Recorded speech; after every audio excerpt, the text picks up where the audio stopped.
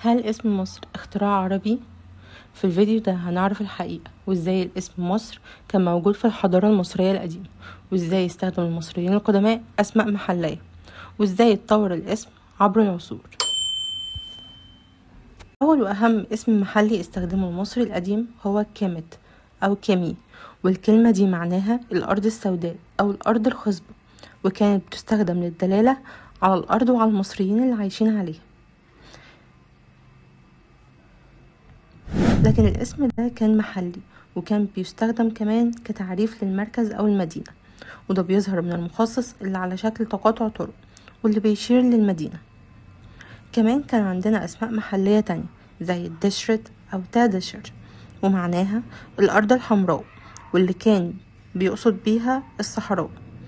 كمان عندنا اسم تاوي بمعنى الأرضين، وده كان بيشير للوحدة ما بين مصر العليا والسفلى أو الوجه البحري والوجه القبلي. كمان عندنا اسم حط كا بتاح، وكان اسم معبد الإله بتاح في منف، وتم استخدامه في السياقات الدينية لوصف مركز البلاد. يعني الأسماء المحلية زي كيمت ودشرت وتاوي وحط كا بتاح كانت من قلب اللغة المصرية القديمة، وكانت بتعبر عن البيئة والجغرافيا والمعبود المحلي.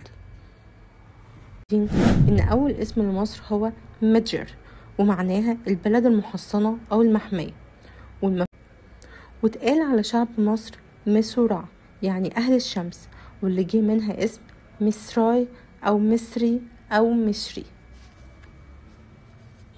أما بقى عن الأدلة الأثرية اللي اتذكر فيها اسم مصر، فهي موجودة في المراسلات الدبلوماسية ما بين مصر وما بين الحضارات التانية، وكمان موجودة على آثار حضارات الشرق الأدنى في حضارات زي بابل وأشور.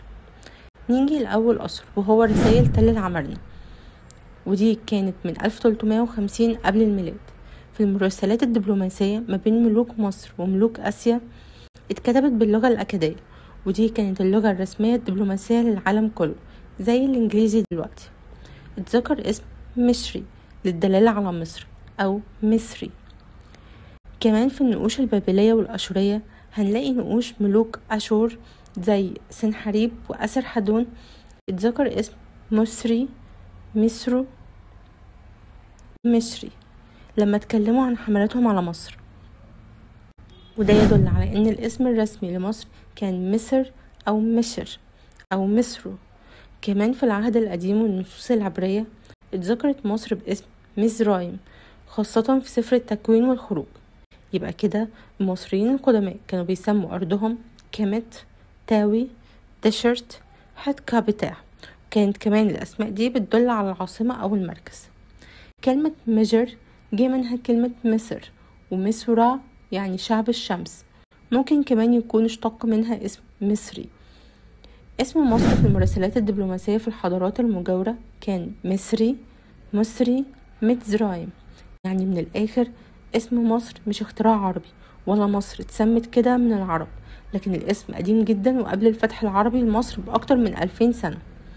يبقى الرد على السؤال هل اسم مصر ما كانش موجود قبل الفتح العربي هو لا، الاسم موجود مصري، لكن الاسم المحلي والأكثر استخداما كان كيمت.